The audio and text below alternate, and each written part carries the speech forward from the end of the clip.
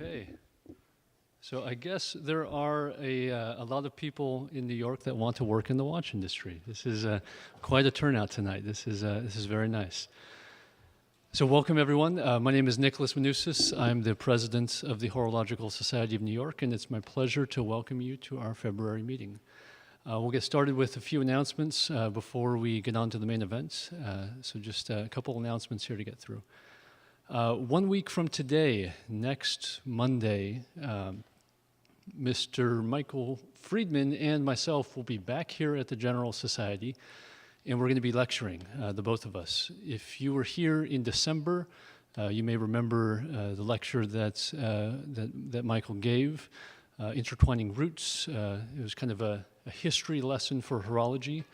And so I'm going to be joining Michael, and we're going to be going back and forth on the historical and technical sides of things. And we're going to be doing it here at the General Society's Artisan Lecture Series. So if you're interested in coming back out here next Monday, we would love to have you. That's next Monday night right here. It's same time, yeah. I think it's Monday. I could be wrong. Is Tuesday? It's the 14th. I apologize. Thank you. Okay. Valentine's Day special. It's going to be a lot of fun. Everybody come out. Okay, so welcome. Any new members here tonight? I've met a few. I know we have a few new members out here tonight. Welcome. Thank you for coming. If you have not picked up your lapel pin, please see me after the lecture, and we'll make sure to get that to you. Thank you very much for joining the society and for your support. So a couple exciting announcements. Traveling education. Last year we started our traveling education initiative, and we visited Miami and San Francisco. And we're getting things started again here in 2017. And we're going to kind of go every single weekend here in February and March. So we're going to visit Chicago, Philadelphia, Seattle, and Silicon Valley. It's actually Redwood City in Silicon Valley, but I like to say Silicon Valley. It's maybe a little bit more appealing. So these sessions always are a lot of fun. They sell out very quickly. If you have any friends that are in those cities and you want to let them know about it, those are weekend classes, and we're going to be getting those underway this coming weekend. Okay. So what is HSNY's mission? Does anybody know? What are we here to do? What's the society here for? Chronicle the history of watchmaking, yes. Any other ideas? Educate, yes. Both are right on topic, and we can go directly to the Constitution, and we can look at exactly what our Constitution says. So Article 2. Section 1, it's to advance the art and science of horology. If you haven't had a chance to take a look at the Constitution, it's on our website. I encourage everyone to do it. It's kind of an interesting document because it dates from 1866 when the Society was founded. And it's been amended many times up until today. But this is our mission, and the mission has really always stayed true since 1866. And today we can simplify that mission. And simplified, it's horological education. That's what we focus on here. That's what all of our different initiatives, all of our different branches do. And we can simplify it even further, and it's just do good. That's really what we're here for. So today, we think about the ways that we do good, the ways that we meet our mission. We have lectures, which you're all here for tonight. This is a lecture series that's been going on here in New York City for 151 years. We have classes that we teach upstairs every week in room 401 upstairs. We've been doing those classes since the 50s. And we have our library, which is located just up there in the stacks of books. And it's an extensive library with lots of great research books, lots of interesting things to check out. So these are the three ways that we satisfy our mission right now. And tonight I'm very pleased to announce a new way that we are going to be working on satisfying our mission, and that is scholarship. Okay. So it's the Henry Fried Scholarship. Does anybody know who Henry Fried is? A couple people. All right. A couple people. I see a couple hands go up. So Henry Fried was a past president of the Horological Society of New York. He was a president of the New York State Watchmakers Association. He was a vice president for the Horological Institute of America, which is kind of a precursor to the AWCI, the American Watchmaker Clockmaker Institute. And he was a prolific author. He authored over 14 books, many of which, I think all of which are up in our library.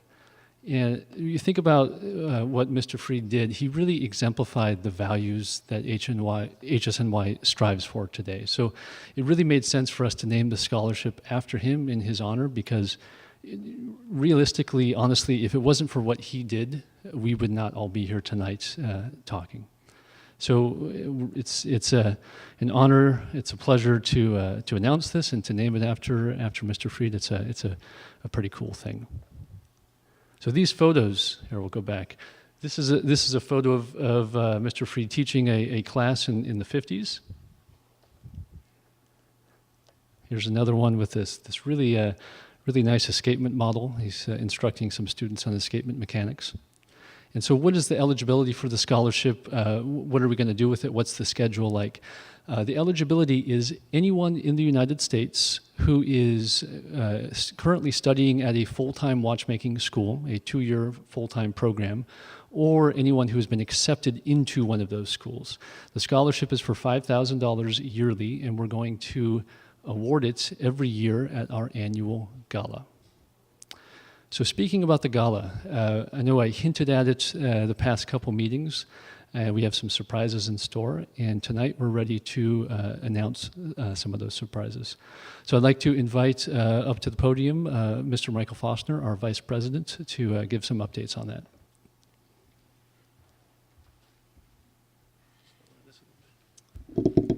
Thanks, Nick. Welcome, everybody. Today, I'd like to announce that we have discovered something very precious. And that is that for approximately 40 years, the HSNY has had a deposit box that has gone all but forgotten. Well, now we've discovered it, we've looked inside, and we've found some excellent pieces. 4 watches to be exact, made by makers such as Patek Philippe, Audemars Piguet, some really exciting items actually. And these items were bequeathed to the HSNY to really support the mission. And they've been sitting there untouched. And really, while everything's been going by in the past 40 years, these have been left in this time capsule. Now, we've felt that they really aren't supporting the mission by sitting there. So,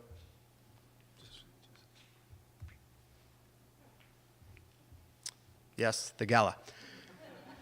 So we've decided to start a new annual tradition at the gala, and that will be to have a charity benefit auction that will go to an HSNY endowment fund and will benefit the future of the society. It will make sure that this lives on and that we have people and funds for the future generations.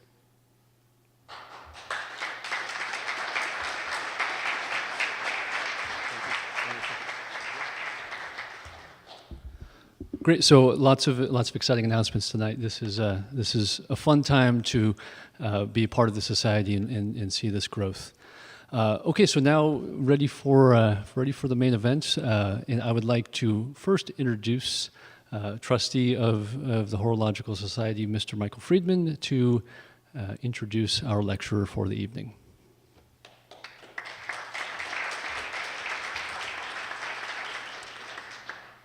It's a real pleasure and honor to introduce Mr. John Reardon as the speaker tonight. For those of you who know John, you know he has, without a doubt, one of the most storied careers in this industry. He's been on every side of the business. He was on the museum side, he was a clockmaker, did watchmaking, was with brands like Patek Philippe, was with auction houses, working with private collectors as a curator. He was working even with retailers. He has seen absolutely every side of this industry going back 22 years now. And the reason why I know that is I've been right next to him since that very, very beginning point 22 years ago. We both came up together at a small museum called Willard House and Clock Museum in North Grafton, Massachusetts. And why does this matter? It matters because there's a reason why he's had this incredible career. We were lucky enough to come up in a time when there were so many experts around us. We were two of very, very few young people who had entered this field and entered this industry. This was a time when watches were not doing very well. There was no cool factor. It was before the internet. There was no way to research in the ways there are today. Everything required a lot of blood, sweat, and tears, and we were fortunate enough to fall into this world where we had these people the ages of our parents and grandparents and even our great-grandparents there to teach us and educate us and set us on the right path in the right direction. This is super critical because this is what's informed John's entire career, is looking at things from the viewpoint of research and from studying and from academia, not letting those pursuits from early on in his life, making sure that they have a vital role in everything that he's done throughout that journey. So needless to say, John's presence in the watch industry over the last few years has really blossomed with some incredible auctions, some incredible sales, and bringing so much new information to the forefront. And that's the last critical point I'll say before I pass it over to John. Going all the way back to Willard House, what made this place interesting was the clocks and watches were amidst all of the other furniture, art, historical letters, all of the documents. From the very beginning, we were trained and learned and studied that watches aren't isolated. Watches and clocks aren't isolated. They're part of culture. They're immersed in culture. So when you begin your career in that viewpoint, when you're looking at not just an object for what it is, but how it relates and communicates and the dialogue it has with its any point in history and any other object around it, you start to be able to analyze objects like a vintage Patek Philippe or an antique Breguet through very, very different lenses. And what I'm referring to is cultural context, and that's absolutely vital and has been central to John's career. With that in mind, he's highlighted a fascinating talk tonight which looks at different aspects of this from throughout the industry. So with no further delays, I'd like to introduce my friend John Reardon here at the Horological Society of New York.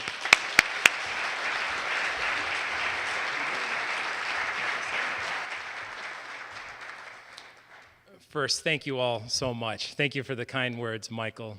Thank you, Nick, for the invitation to speak tonight. Thank you to the HSNY, and thank you to all of you for attending tonight. When I was thinking of what topic to discuss, my first feeling is I wanted to talk about the history of the Gyromax balance at Patek Philippe, which is still really interesting. But then I was thinking what topic could be something that could really share and open this world, this community, to even more people. And that's why I wanted to talk about this topic, time is money. Now, that's the last time we're going to talk about time is money, because that was the hook to get you in tonight. Because this is not true. This is not why we're in this business. We're in it because of our love and our passion for what we do. But we will discuss specifics of how to make a living in the watch world tonight, and telling some stories of some wonderful friends and some wonderful people. So to begin, here's the roadmap for the next 40, 45 minutes this evening. We're going to discuss how this all began for a lot of people's lives. I'm going to very quickly discuss my story, but more importantly, I'm going to discuss the story of 21 amazing people I call from the WOW, the world of watches. We're going to dig deep into these people's lives, and we're going to look at quotes of what they did to become who they are today. Then we're going to talk about the future of watch-related careers briefly, and we're going to wrap up with some of the next steps, which I would encourage people at any age that want to get into this industry to move forward within the world of horology. So to begin, how big is the world of watches today? It's estimated that over $25 billion are spent annually on watches that are coming out of mostly Europe and in the future the United States. What's fascinating about this is how small the watch market is compared to this greater story. If you take all the major auction houses together, only 300 million, and that's a small part. So here in the center, we have the huge area of opportunity. This is the amount of pre-owned and vintage watches, annual turnover around the world. This number is very much estimated because nobody's actually tracking the amount of business that's being done in every single show, every single pawn shop, every single dealer, every single curator, every museum. Just think around constantly there's transactions occurring. So you need to find your horological track. Looking at many familiar faces in the audience here today, many of you have found that track, and many of you have been through a multitude of these different tracks. In short, I divide it into 6 general areas, and these aren't specific, this is very general. First, we have the design, the watch production, and assembly. Then we have retail and distribution. Then magazines, blogs, this includes all of social media and photography. On the right, auction and resale. And then under that, perhaps the most important, we're going to dig into this in quite depth. That's watchmaking and restoration. And followed up by the museum and academic, which is the heart and soul of what we all do. Now, as Michael kindly said, I've had the chance to go through a lot of these different areas in my own career, which have been just inspiring to meet so many different people that have touched upon different things. I started out on a bench, which is a story we're going to hear many times before. I had the amazing opportunity to start in my auction career as an intern at Sotheby's, and then an administrator, a cataloger, and eventually a specialist. And then I spent almost a decade at Patek Philippe, which was perhaps one of the most memorable parts of my life so far, really focusing on one brand and learning as much as possible about that. And I had the lovely chance to write 3 books about Patek Philippe. And it's no coincidence that the little light on the upper right is a Calatrava. That's for you, Kelly. I had a chance to touch into the writing and blogging world, thanks to Ben CLYMER. We'll talk about him shortly. And then touched upon the world of retail, where I worked at a store, Betteridge in Greenwich, Connecticut, which was one of the most difficult, wonderful years of my life, is learning how to sell a watch to an end consumer retail. I have so much respect for all the people that do this. And many of you are in the room today. It is an amazing, difficult, but also a wonderful world to be in. At the end, I'm back at auction. I missed the bug so much of vintage watches, and that's why I came back to auction, and I'm loving having a team of 30 people around the world, and essentially we're treasure hunters, and I think that's been my vision. But along this road, something incredible has happened. As I've been able to do all of these wonderful things, I could really think back to the beginning of my career, and the gentleman here on the right, Dana Blackwell. When I first walked in my hometown, the American Clock and Watch Museum, I met this gentleman and the curator of the time named Stuart Mitchell. They literally took me under their wings and taught me about clocks. They taught me clockmaking, and it was the most fantastic, in my high school years, experience ever to learn how to take apart a clock, put it back together, and to have the museum as the playground was an incredible experience. And we're going to dig into that more later on in the presentation. Now, in my career, I've had the chance to meet wonderful people, travel all around the world, but what really makes a difference is the people that have informed, inspired, and challenged me. And I picked a number of them tonight that we're going to discuss. I think all of us could think about the people in our horological careers or our horological potential that have really changed us. And I look back at this and have a lot of fun memories. Like in the upper left, for those of you who know Kevin Unger from Patek Philippe, we had the opportunity to train many different Patek Philippe salespeople from around the world and give constant annual tours in Geneva and through the museum. And then in the auction world, I've had the chance to work with amazing collectors who are not doing this for the money. They actually do it because of a true love for all things horological. So the idea of this lecture was based on a book that I'm working on, which will be many years in the making. And that's to take the horological lives and tell the stories and package it together in a way to inform how others can get involved in this industry.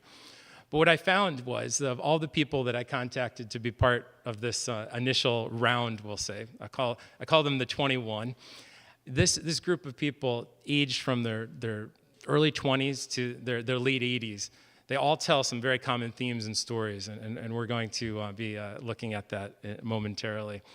The very different lives that these people live is extraordinary, and the tightness of this community is also another common theme that we're going to be discussing. one of the most common questions I get, and I think many of you have heard it before, is how do I get into the world of watches? And we're going to answer that this evening too. All right, that was my very short introduction, and let's get started to how the 21 was initially approached. I asked them 5 simple questions. We wanted to know, could you briefly describe your watch work today? What part of the work do you enjoy most? Where do you see the greatest opportunity today in the world of watches? Then, fascinatingly, what was the single event or time that you knew your career would be focused on watches?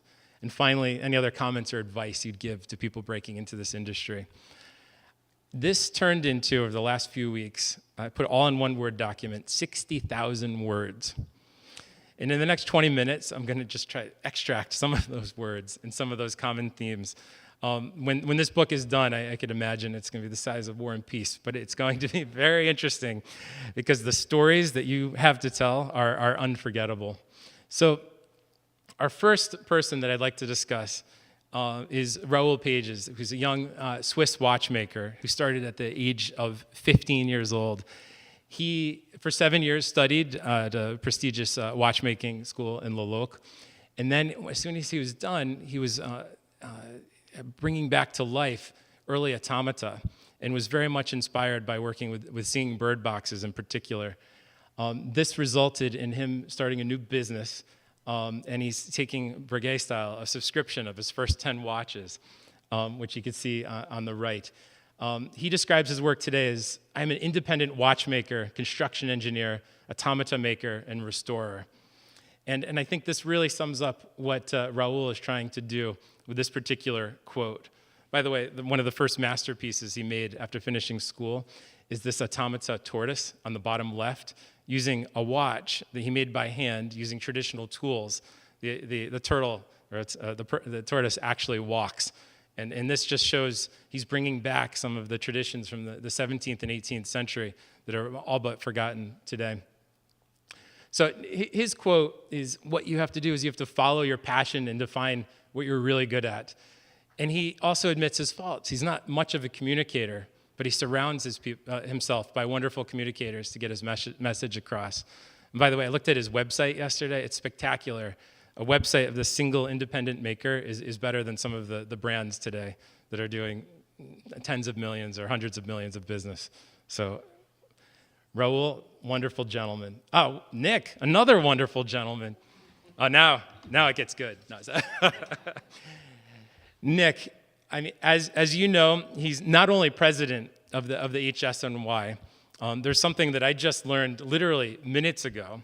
That Nick and Kieran Shekar, where's Kieran? There he is, sitting there, are the co-founders of Firehouse Horology.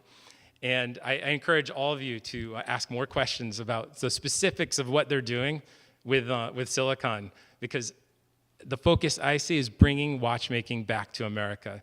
And this vision is why we're all here today. And this could be a celebration of a dream come true that I think we've been waiting over 100 years for. So describing his work today is, not only is he co-founder of Firehouse Horology, watchmaking research and development company focused on bringing nanofabrication techniques to the world of mechanical watches. I've always wanted to say that. He spends his time in New York, and after 2 years of this work, he's finished his first product, their first product, which is hairsprings made from a new material called enhanced silicium. I can't wait to learn more about that. I also wanted to ask Nick, what is the opportunity for people who want to get into this business? And in short, he talks about what he loves most about this world, and that's solving a tough technical issue is a good workout for his brain. He goes home feeling great and looking forward to the next day of work. This is the dream that I'm trying to sell tonight for all of you, and I think Nick put it in the most beautiful way. When you wake up in the morning and just can't wait to get back to work, I think in our modern society, that's forgotten in many ways. And I think for many of us in this room, when we wake up, we're ready to go. And that is one of the most extraordinary parts of being in the watch world. Another example of that is Andrew Walden, who's also in this room, I believe. Where's Andrew?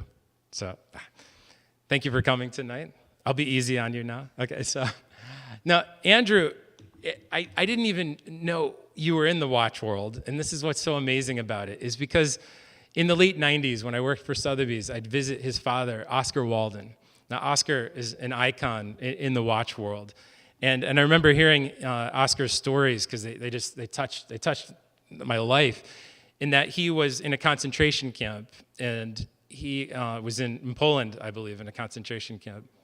What was the name? Buchenwald. And he was essentially apprenticed to a watchmaker named Manik. Manik, I don't know if he has a first or last name, just Manik. And this could be a movie someday, by the way. Manik taught a young Oscar watchmaking and essentially saved his life as they were fixing the watches for those that was imprisoning them. He went on to move to the United States, and once he was here, he was networked with people like Renee Denton from Rolex and eventually many icons in the industry, and started selling watches to Tourneau, to Tiffany, I believe also to Cartier. And he was branding it behind the scenes.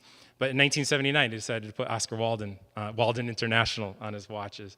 So I remember seeing Andrew when I think he was like 5 or 6 years old, and then we reconnected recently. And that's a picture of him when he was 3, by the way, with his father behind him. And it was so amazing to see the passion that his father has is still with you, his son, and bringing Walden International into the future.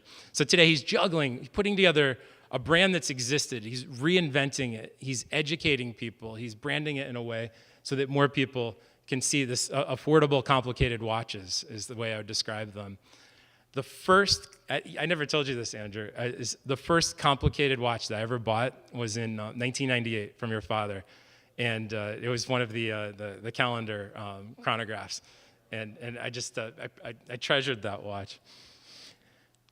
Now, Andrew's quote for how to make an opportunity, in short, is that there's such an abundance digitally to learn information online, to break into this community and to learn and to really network. In his words, there's abundance of methods and information for someone aspiring to enter the industry. It's a world full of opportunity. Sarah Moore, of all the people that we're discussing tonight, is the one that I have not yet met. She's based in Los Angeles and has a wonderful reputation as being an educator and trainer for Jaeger-LeCoultre. She now covers the Western Territory of the U.S. and managing the training programs. Before that, she did the visual merchandising for Jaeger-LeCoultre. And Sarah shows something very important about our industry that we often forget. We read about the CEOs, or in some cases, the changing of CEOs in all of the companies. We talk about the people that are on top. But the machinery and the number of jobs available to the people at each and every one of these brands is extraordinary. And also in stores, there's the visual merchandising, which was Sarah's journey, and training, which was something that was very, very dear to my heart at Patek Philippe. These are the people that where like the rubber hits the road and really keep the brands moving forward and educating and bringing in new clients and new business for the particular brands. Her advice is wonderful. When you ask about what opportunity did you see in the watch world, she says to celebrate an art. And this really covers, there's not many people you could ask, why do you do your job?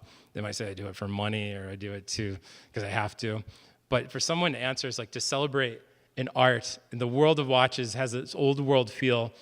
And those working in the field today have a chance to celebrate a beautiful, ancient craft.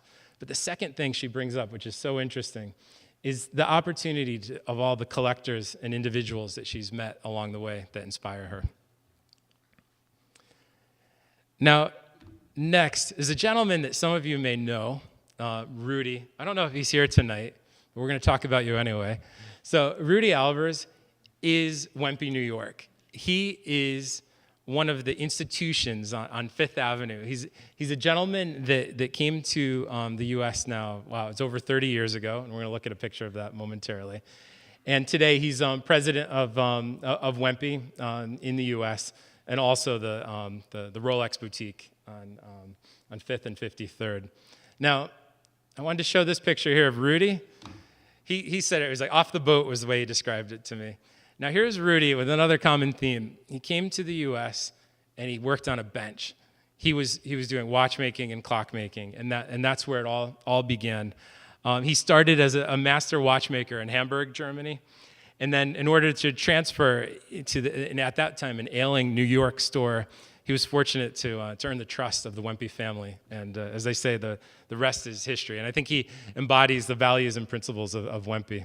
And this quote, I want to focus on the beginning part and the top part because it really emphasizes the main point. Get your foot in the door. To get in this industry, you have to take the leap and just begin, network, start, and then you find the work that can define your life. He also brings up a point that I think is really wonderful, and I'm not going to bring up politics tonight, but I'm so tempted to, is that on the bottom, he came to the U.S., and Rudy made a point that the United States is a huge land of opportunity, not only for jobs, not only for the world of horology, but for all of you that are interested in getting into this work. And I think it goes back to like the founding years of the HSNY, when it was very German at that point. And that part of the history ties in such a wonderful way with why we're all here tonight and Rudy's message. Kelly. This is the moment I've been waiting for. So Kelly Yoch, who's in the front row on the left, she is literally one of the most amazing people I've ever met. I'm sorry. If I was to buy a Patek Philippe from a retailer, I would go to you. I would go to Tiffany, and I'd happily pay full retail because they don't discount, and just have the chance to say I bought my watch from Kelly Yoch. And this is, I think, an important message for many of you to know if you're behind the counter. People don't say I bought a watch from this retailer or that retailer. They don't say I consigned a watch or sold a watch through this auction house or that auction house. They actually name the person, the people that they're working with. And the loyalty in this business is, I think, second to none. I don't think it exists in the car world. I don't think it exists in any other industry like it does in the watch world. So, Kelly, when we asked about opportunity, I almost want to hear it in your voice. Learn it, know it, make sure you're the best at what you do. That just drives like the passion to do the best at whatever it is, whatever you're doing in this industry. And this exemplifies something that's very, very important in what we're doing, and that's hyper-specialization. The world of watches generalists aren't common anymore. Well, I should also say aren't very successful in the watch world. Hyper-specialists make all the difference. Kelly knows Patek Philippe. She eats it, she breathes it, she lives it, she talks it constantly with all of her clients, and she's constantly networked around the world with all things Patek Philippe.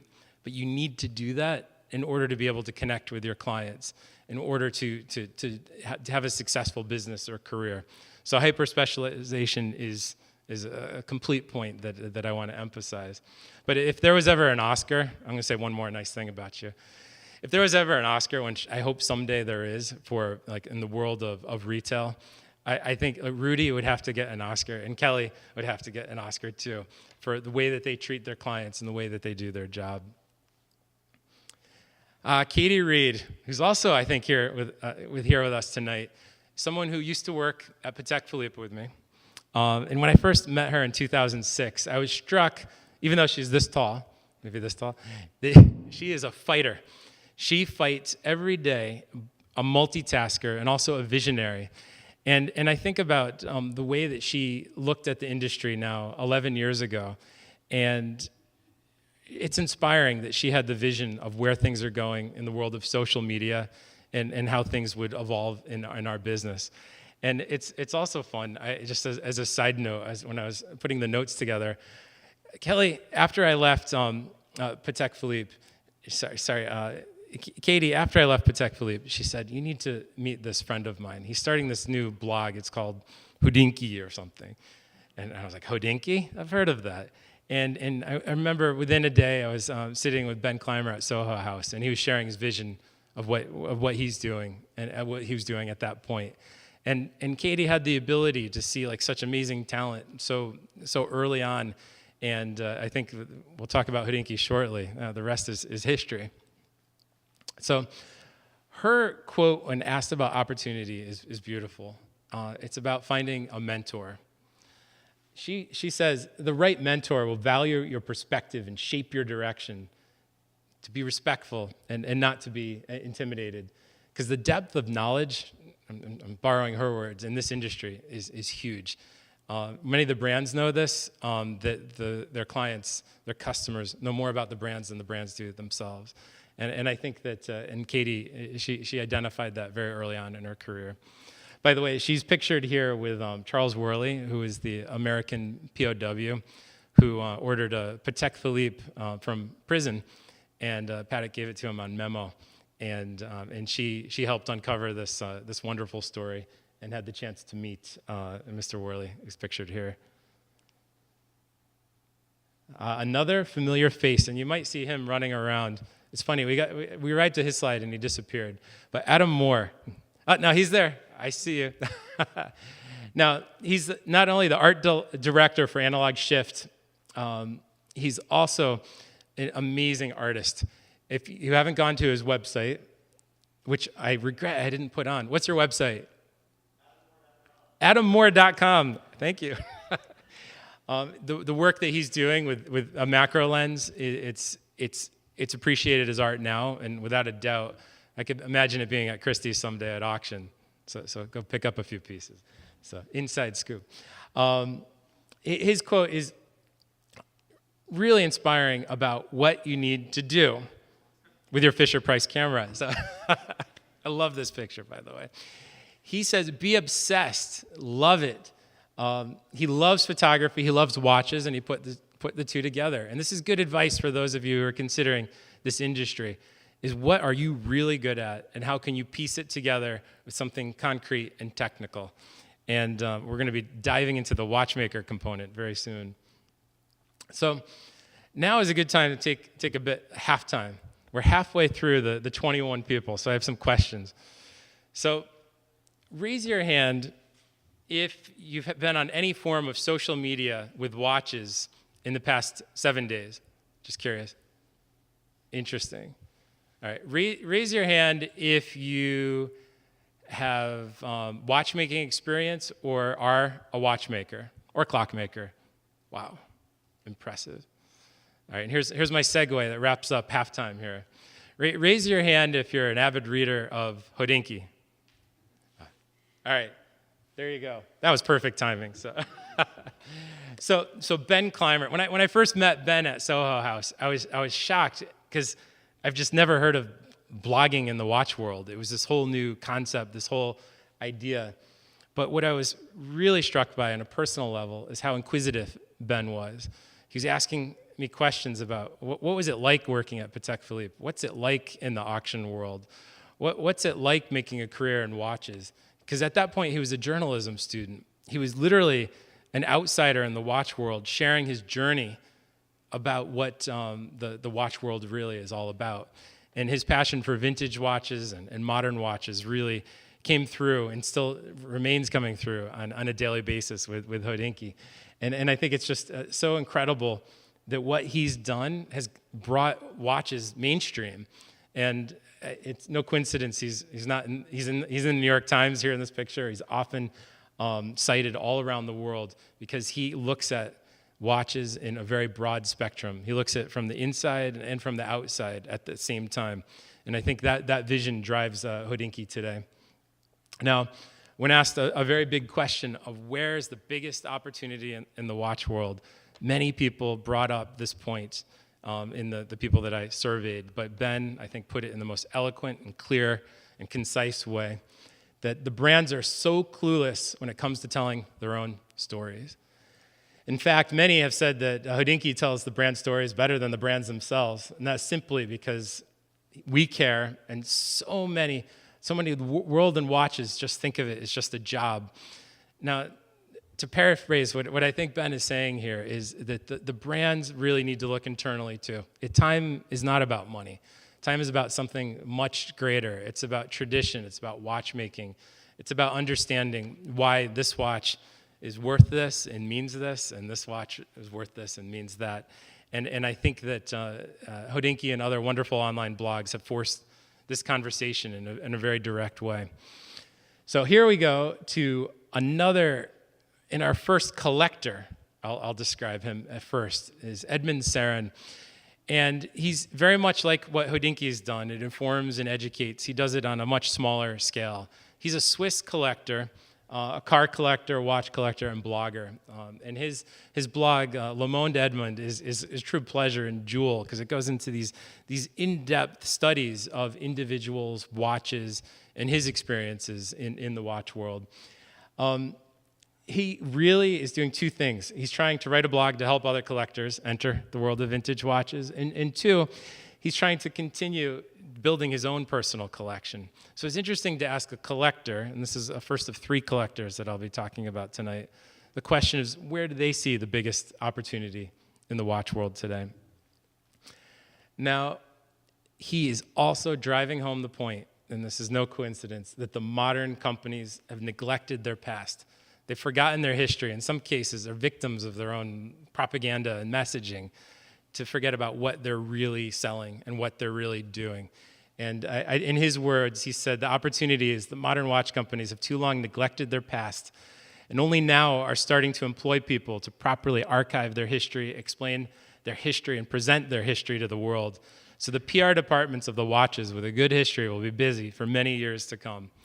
And I have to say, Michael, what Audemars Piguet has done in understanding their heritage and the importance of having a historian as such a core position within the company is really key to what that brand and how they understand themselves and how they want to convey their message and history to the rest of the world.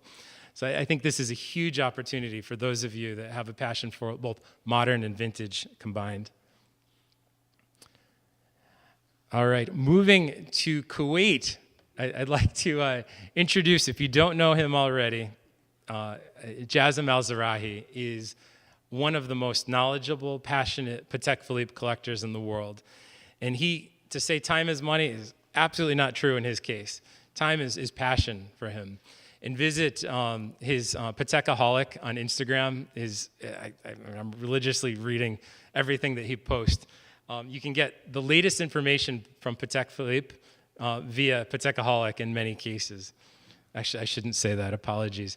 You get some information about Patek Philippe from Patekaholic. Exactly, he knows people. So, you call him Jazz? I like that. All right, so Jazz describes Patekaholic as his playground.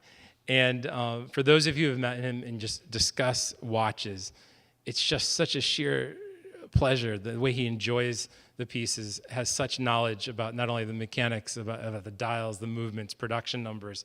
It's a lot of fun. And when asked the question of opportunities, I loved his answer. It's about relationships.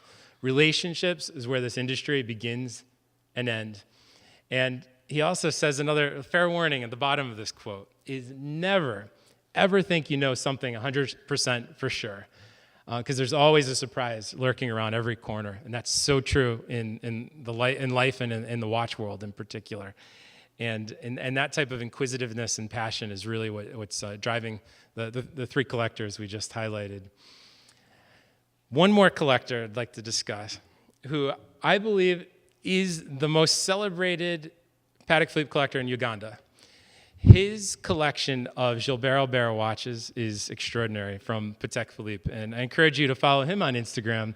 And he's really one of the most enjoyable gentlemen to speak watches with. And Ben recently interviewed him on Hodinkee, and this is a video that you should all see, because I think you need to hear it in his voice, his vision, and his understanding, and his understated elegance of what watch collecting is for him. And understanding the minds of these collectors, being friends with these collectors, is one of the greatest pleasures of our industry. Now, when RONI was asked, it was very interesting about the greatest opportunity, because he suggested retail first. And I really agree with him. It's like you need to be behind a counter selling watches to understand this industry. You understand the challenges of pricing. You understand the challenges of what you're educating about, and you could also see the opportunities because the collectors are coming to you describing exactly what they're looking for and what they want. And once the brands understand to listen to the collectors, good things happen. And the brands that have done this very successfully recently keep growing and growing. The brands that ignore their collectors, it's a different story altogether. And I think this is a trend we're seeing in the marketplace. Eric Wind.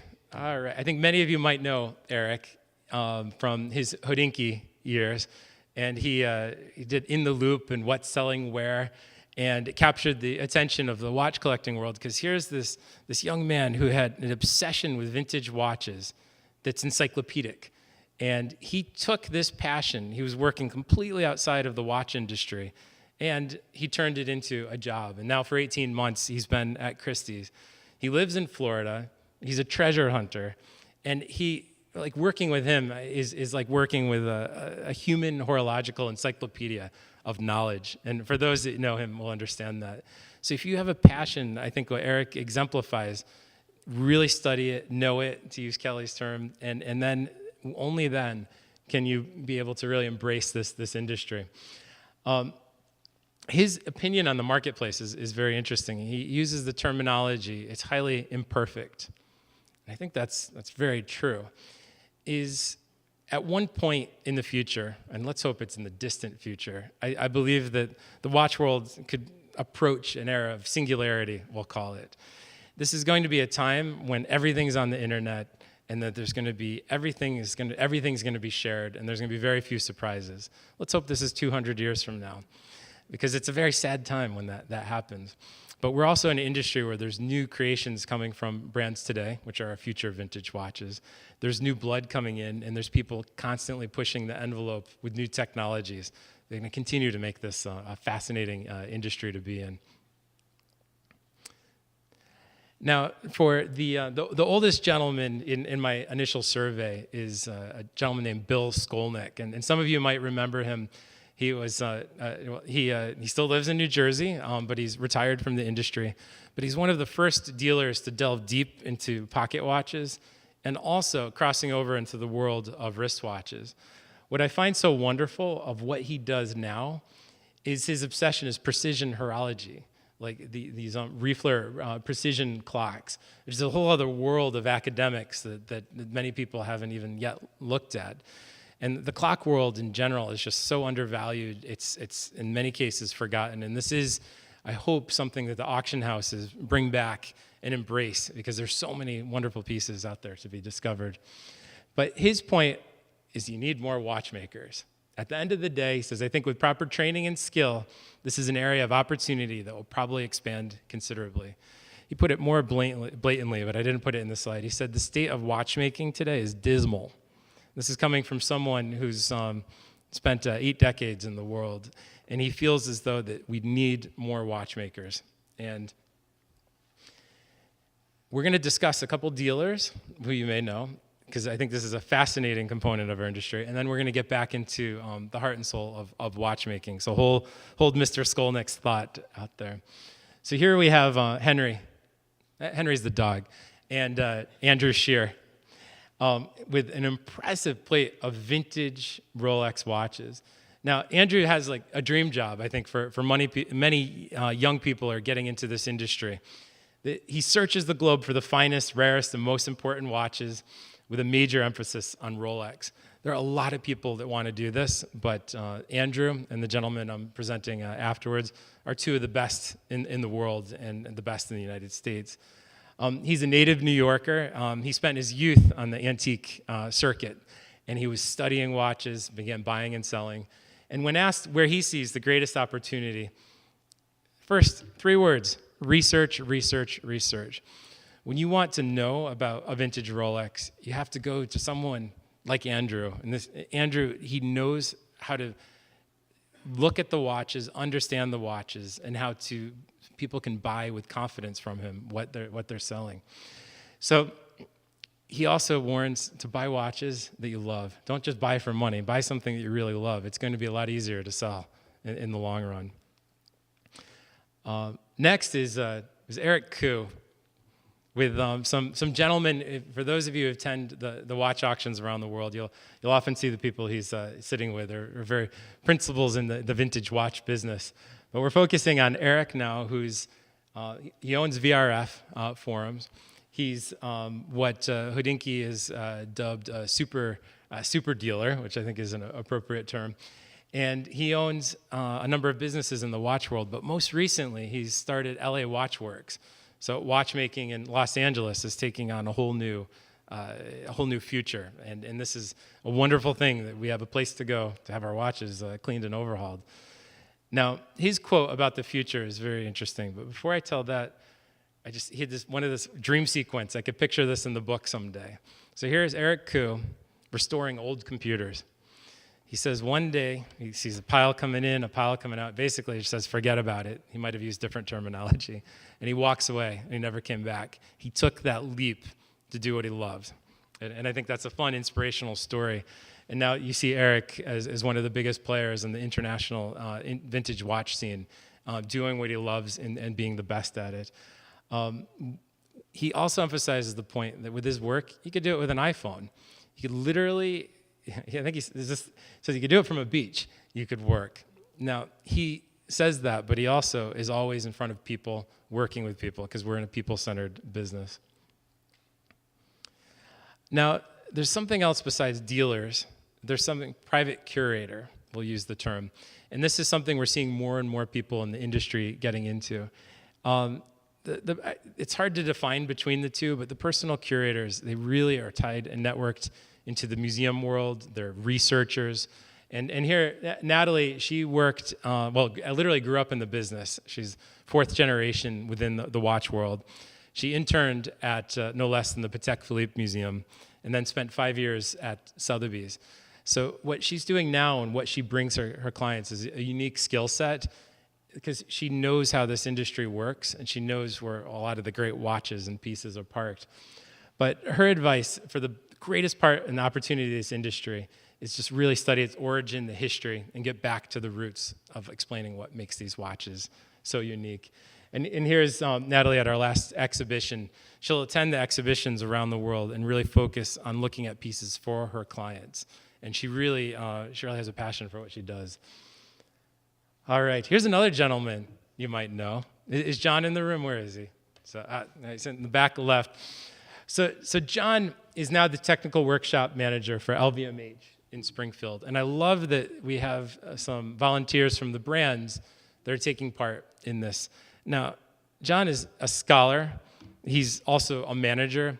But ultimately, when you speak to him, you understand very quickly he simply loves watches. He has such an obsession. And when I asked him, when did he first learn about this? He told me a story how he was in first grade, and he had his, what type of watch was it? The alarm watch? A Casio. He went around to all the other kids in his first grade class and set their watches to his Casio so that at the stroke of the hour, everybody's beeps would go off at the same time. I'm impressed with that. So his quote of where the opportunities are very much in line with the trends where it's collectors, dealers, and auction houses are well served by access to an expert with deep technical knowledge. And working at Christie's, I have to say this is so true. We need to have more watchmakers on our side of the business. Because when you're selling multi-million-dollar watches on a regular basis, you need to have watchmakers see them, study them, not only understand the cultural history, the aesthetic, the cases, what's been polished, what's original, what's not. Having a watchmaker is just a fundamentally sound advice. So we're down to our last three to present. And Philip Ponitz, who I believe is also here tonight. Where's Philip? Hi, Philip. So Philip, he was a mentor from the day I first met him in the late 90s. I had the pleasure of spending many, many hours of watching him do this study of watches, taking apart pieces while at Sotheby's, explaining, in his case, documenting every single piece and part. He has one of the most important databases in the world in terms of watches. And this is important because we're at a point where what you know is very important. Who you know is also very important. But what data you have is very key. And the databases that exist out there are key to our future. Not only like the libraries of the past, but the digital libraries that are being put together are going to be critical to our future. Because I could make a prediction, and I know this. I think Bree might be in the room too, and maybe hi Bree. So I really believe within the next few decades, 3D printing of vintage watch parts will be a reality, and a reality that experts are going to have to be very, very close to studying. And this is alarming and exciting for our industry, but it also underlines the importance of data, because all of a sudden we're seeing trends in the auction where provenance is everything, where people want to know, where was that piece 2 years ago? Where was it 10 years ago? Where was it 50 years ago? So I'm thinking for young people getting interested in this business, understand 3D technology, understand 3D printing, understand where the industry is going, because it's going to be part of our lives moving forward. And from a repair point of view, I think it's just incredible. Can you imagine if you could 3D print a pinion that could take, I don't know, a week to cut? So we'll see. But Philip, he also does something which is fun. You say he looks for sleepers around the world. So he's looking for the pieces that other people may not have noticed in auctions. And he studies them, and he understands them, and he, in some cases, resells them. He also helps clients with their purchases. So he's a private curator, super watchmaker. I say that in quotes because I think he's one of the best in the world. And he's also someone who's a historian, and he manages a database that's untouched. So what opportunities does a gentleman like this see in the future? At the end of the day, restoration. It comes back to man, woman, tools, watches. At the end of the day, that's what makes the difference. Restoration, Philip says, will always be in demand. There are almost no watchmakers today. Dealing with watches, even on an amateur basis, is profitable fun. And today, with an open world, regardless of one part has a depressed market, there's always a different part of the world with a good one. That are words that I think we should all listen to. And the second is about finding a knowledgeable mentor. Now, as a segue to Michael Friedman. Now, Michael, and as he said at the beginning so kindly, we started in a basement at a museum together, like almost 24 years ago. He's so full of wisdom about watches, and generally not shy to share that wisdom. And he does so in such an eloquent way. And one of the things that I personally give him credit for is really pushing the agenda of the idea of forensic horology. When he looks at a watch, he studies it in its entirety.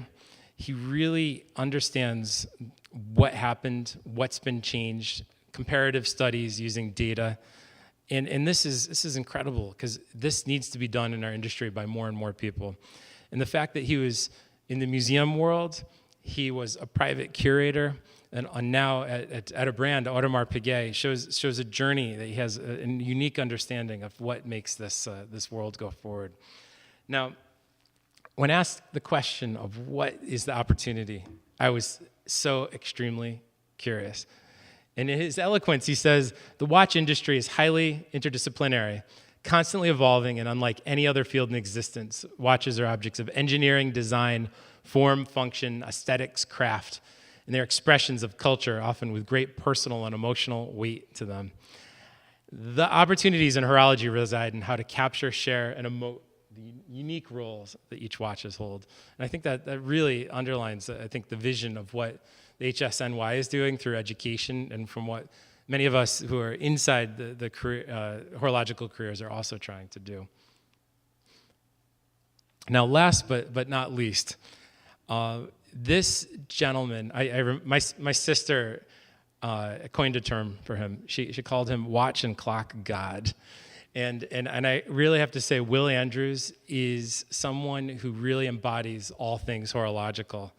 By the way, I think you should invite him to speak. I mean, he is one of the best speakers in the world. He's so informed.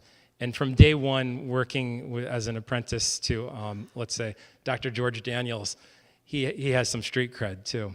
So he's a horologist, historian, author, clockmaker, curator, and now he's making these extraordinary sundials.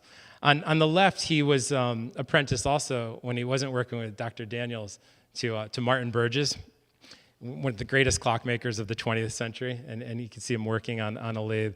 And this is him recently from a picture from Hodinkee with some of the sundials that he's working on. Now, his quotes are so simple and concise, and I'm so glad we could end on them because they really emphasize the point. He said, the pursuit of solving problems is what he does. In particular, moving from 2 dimensions into 3 dimensions to produce something beautiful in the 4th dimension. And that really, that makes you stop and think. What Will is doing now with sundials is fun because after a lifetime of studying mechanical moving parts, he wanted to find a timekeeper with no parts that could ever break, so why not pick sundials? But what he's done with the longitude dial is amazing. Also a wonderful video on Hodinkee, which you could watch, that describes how these dials work in Will's own words. When asked what the opportunity for the future is, well, before I get that, and I'm not going to read this slide, because I couldn't dare to put Will's bio in like 4 different, his bio is quite extensive. Harvard, the Royal Observatory, the Time Museum. He was the first curator of the Time Museum. And presently, as I described, the longitude dial. But I do want to bring up one point that he said to me at the very beginning of my career. And he said in the watch world, there's something called the invisible hand, or the unseen hand. Now, I want all of you to think about this, and I hope afterwards we could discuss, is there something like higher power, something almost spiritual at work, helping guide your careers in this wonderful world, or guiding you towards this career? And I find that interesting. And in his own words, you have to love it, pursue it, pray and have faith and never give up. And don't hold on to any preconceived notion of how it is going to work out. Nurture it and it will grow. It may not be what you thought it was going to be at the outset, but more than likely, it'll be even better. And I think we'll put that in a wonderful term. Now, one thing that's very clear is in the watch world, there are the people that have the PhDs, they have amazing degrees. That's not always necessary. I think a fundamental knowledge of watchmaking is wonderful. I think there's ways that you could understand people and people skills, and there's ways that you can break into this industry without having the most advanced PhD in the world. And that's what's so fun, because it's so open. There are no boundaries to get part of the watch world. But in short, looking at the common traits as we wrap up this talk, a lot of people brought up mentors that brought up the idea of being in love with what they do, being obsessive, passionate, and very, very often persistent with everything that they do. And Nick, I took another quote from you on the past, but in short, seriously, go into watchmaking. Take one of the HSNY courses, take a WOSTEP course, really commit deeply. Watchmaking really could be the next beginning point of taking your career to the next level.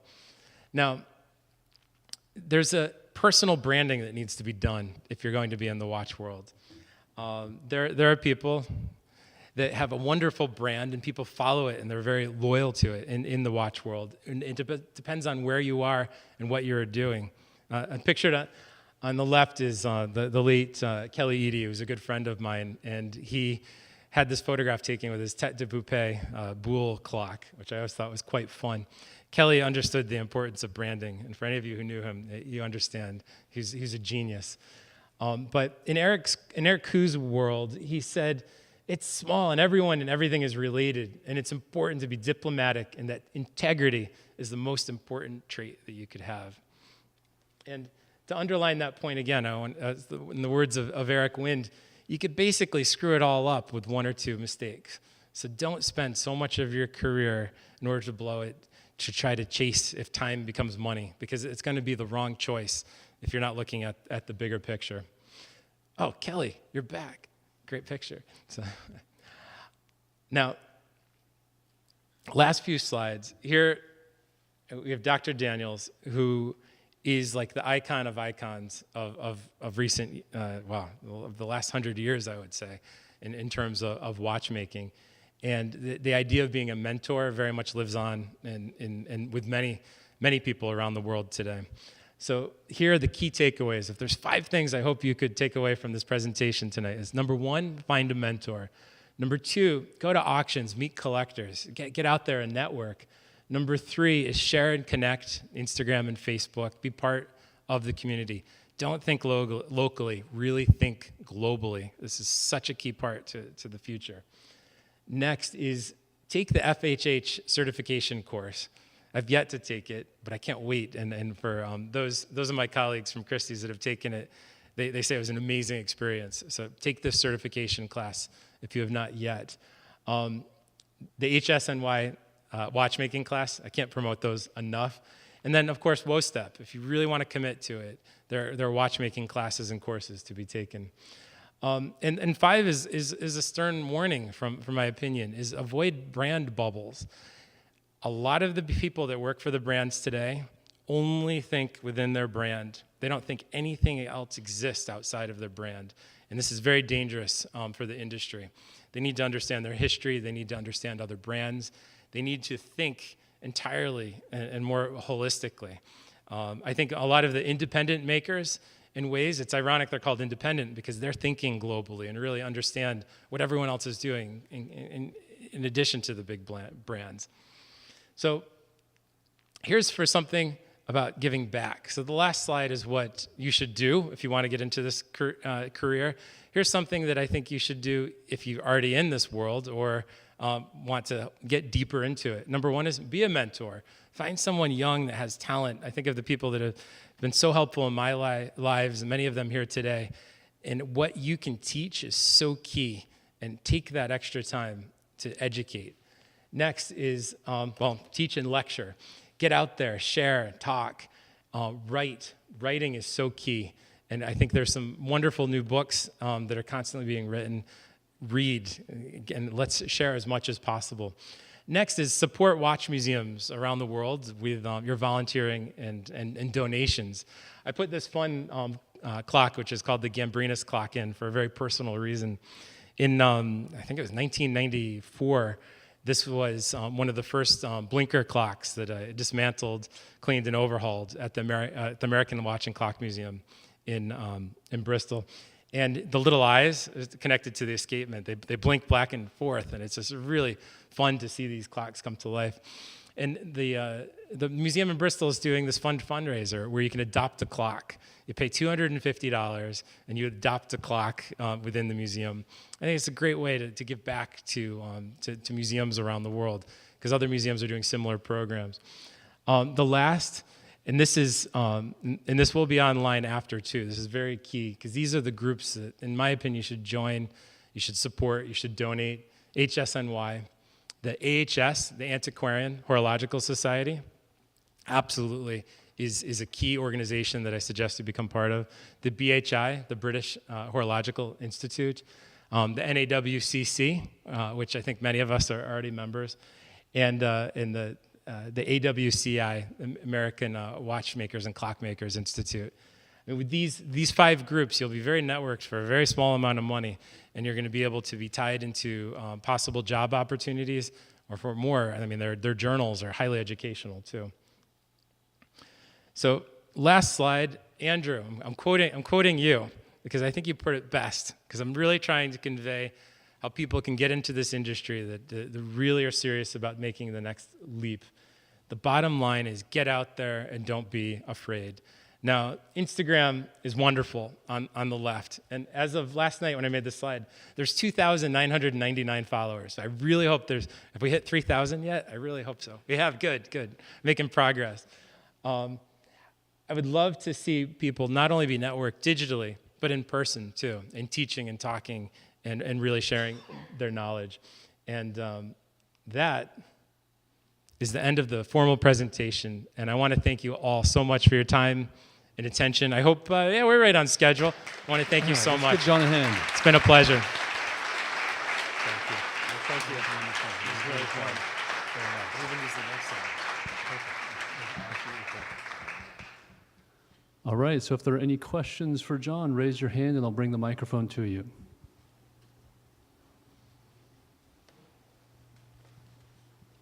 Can you detail the story of the POW who ordered a watch from Patek? That sounded intriguing. Absolutely.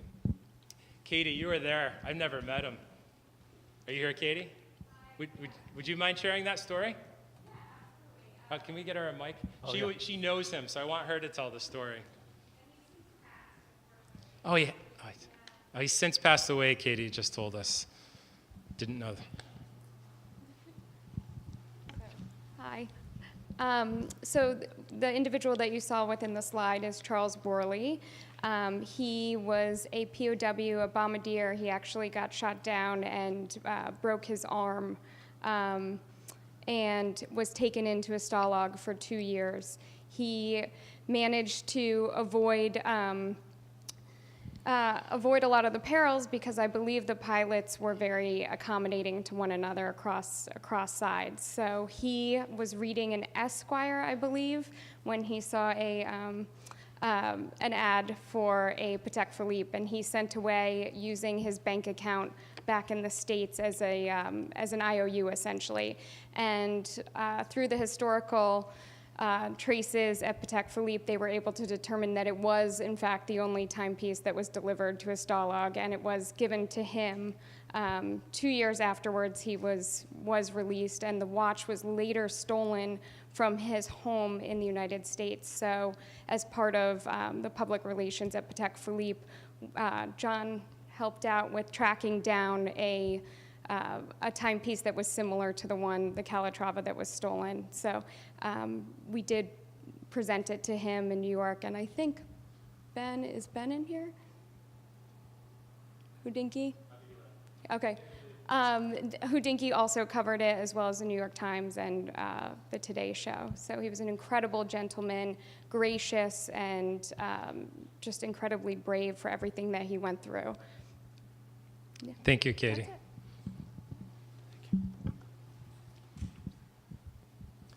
Are there any other questions? Questions for John here in the front?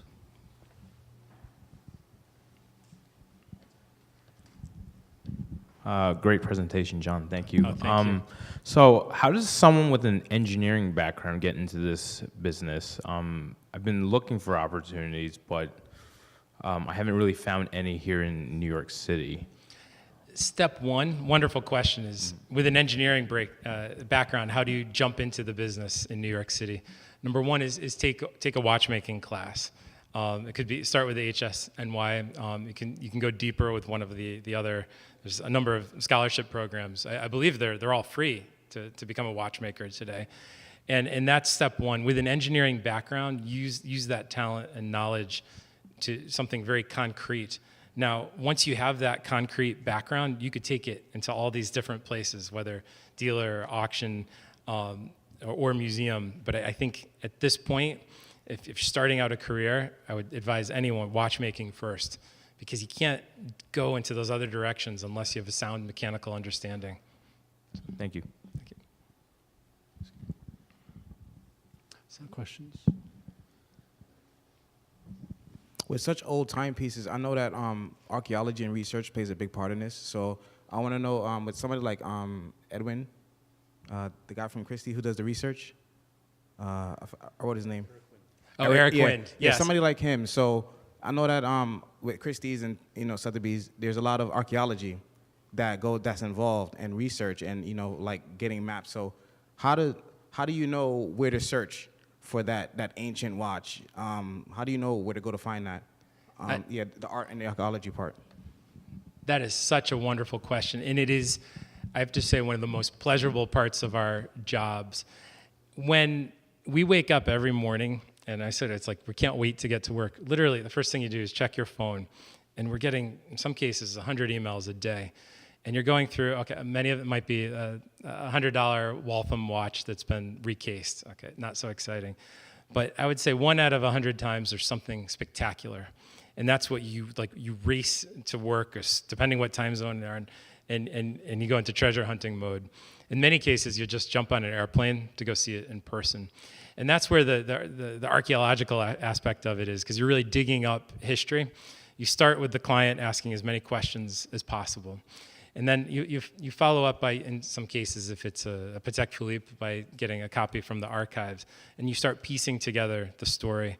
I think Eric found a watch, this is just last year, which was a Patek Philippe that we've never seen before. It was a rose gold watch in new old stock condition from the 50s that had pearls on the dial. Like each of the hour markers were pearls. So according to the gentleman that he found the watch with, it was a gift from the Emir of Bahrain, and this watch just was put in a drawer for 50 years. Through his research with Patek Philippe and through all existing records around the world, we found out how unique this piece truly was.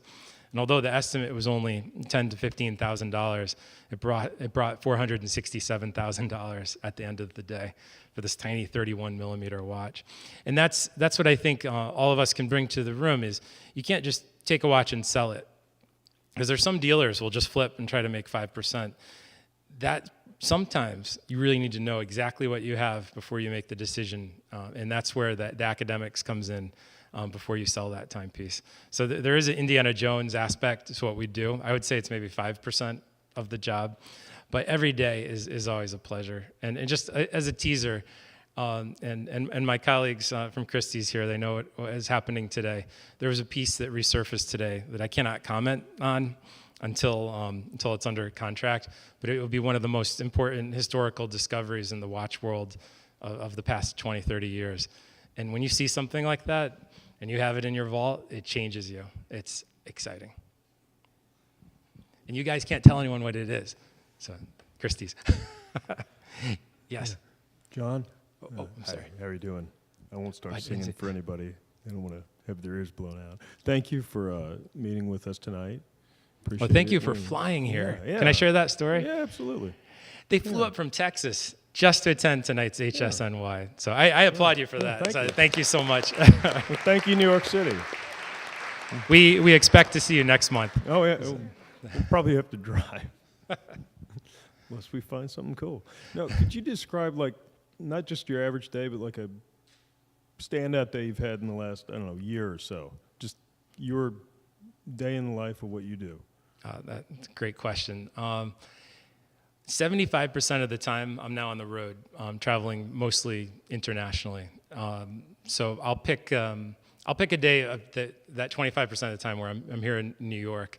So I live in New Jersey. I wake up early, and the first thing I do is call my colleagues in Hong Kong. And it's a great way to spend 6 to 7 a.m. to find out what's happened in the past day in Hong Kong. And then I have a colleague based, our watch team has 30 people around the world. I want to hear what's happened, what's new, what are we working on, and pull together as a team. So first, the day always starts with Asia, and then the commute happens, which is email time. And then I start talking to everyone in Europe. Geneva is kind of where our core business is. I want to find out what's happening, where everything is, where everyone is going, what's traveling, just to make sure, once again, we're working together. And this is also the part of the day where I find out about the other big watch discoveries from other parts of the world. And we're almost set up like a doctor's office now. We have generalists and we have specialists. So if there's someone who has one of the most important Universal Genève watches, I'm not your person for that. But I do have Eric Wind and Nick Biebeck where I could send the information and let them take the lead. So we're constantly like sharing information with each other. And as the day progresses, then I could finally focus with my colleagues in New York. And we're putting together 8 sales a year from around the world in Geneva, New York, Dubai, and Hong Kong, and it's just very key that we work together. So my job is, the treasure hunting part is actually quite small of it. The organizational part is key. The communication part is the most time consuming. And then the people management, like with any group of people, is also very much part of the job. So it's actually a lot of fun. And at the end of the day, I end every day talking to Hong Kong again. So, and then there's always tomorrow. So. Thank you. Thank you. Any good places to eat in Basel? We're going this year. I'm not going to Basel, but we are. But I just wondered if you had any tips for it. Book your hotel now. Okay. Yeah, we Yes. we got that. Thank you.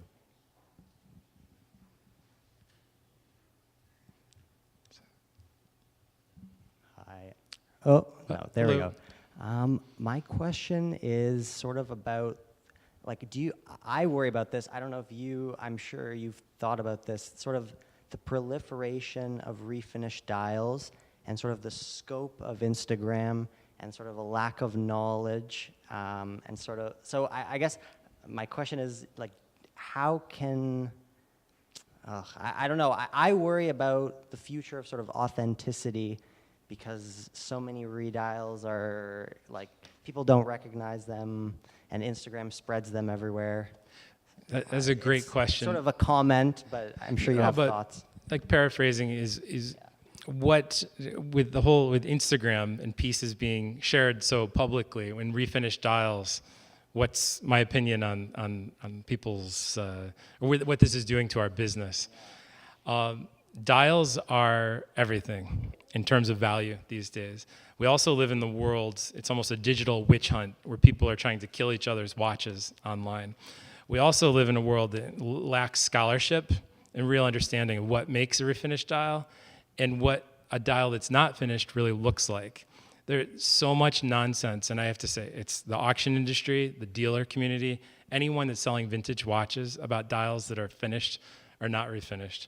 The truth of the matter is, if you had a Patek Philippe in 1940, if it ever went into service, frankly, up to the year 2010, the dial was going to be refinished. And a lot of these dials were refinished 50 years ago.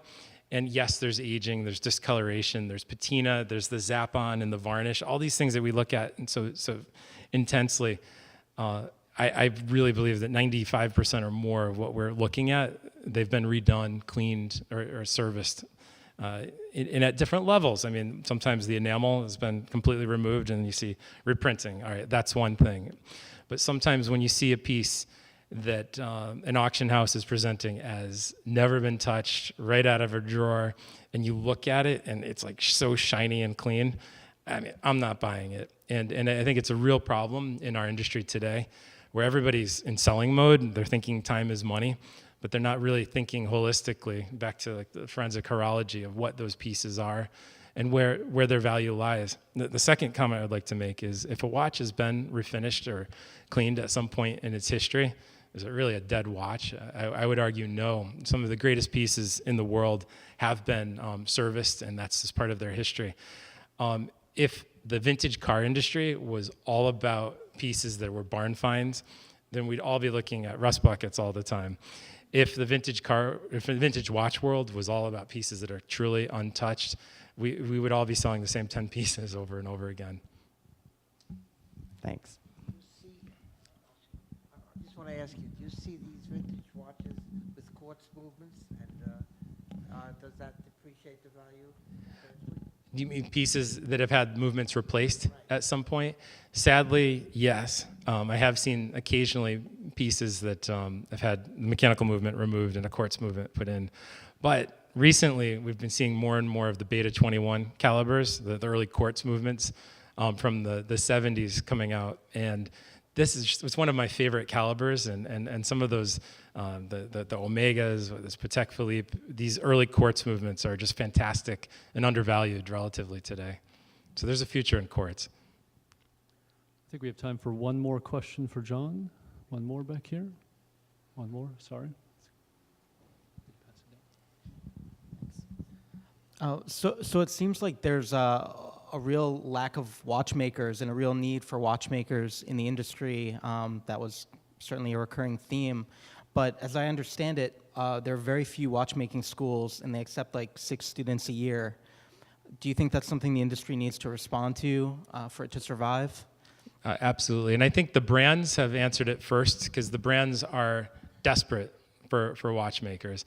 Now, we have to distinguish between like technicians and watchmakers too. I think it's important. A lot of the brands want people that can replace parts, re-oil, get them out the door. There are others that really are into restoration and more traditional watchmaking. There's room for both, and I'm not critical of one side or the other because we need all of that in the industry today. I think being more of a technician is a wonderful way to start, and then I hope that people would want to learn more about traditional watchmaking because there's nothing like taking apart and cleaning and overhauling a piece that's 100 years old. For those that have worked on Fusey pocket watches, which is a huge challenge, and there's just such beauty and on a piece that might only have a commercial value of $1,000, the amount of pleasure to take apart one of those pieces and get it working again is huge. So in answer, the brands are supplying some training. WOSTEP is very much taking the lead. HSNY, even NAWCC in Columbia. I took a watchmaking class there a couple years ago. It was so much fun. So there's ways to dip your toe in the water, and there's ways to take it even much further. All right. I believe John will be sticking around if you have more questions for him. Let's give him another hand. Thank you all so much. Thank you. Thank you.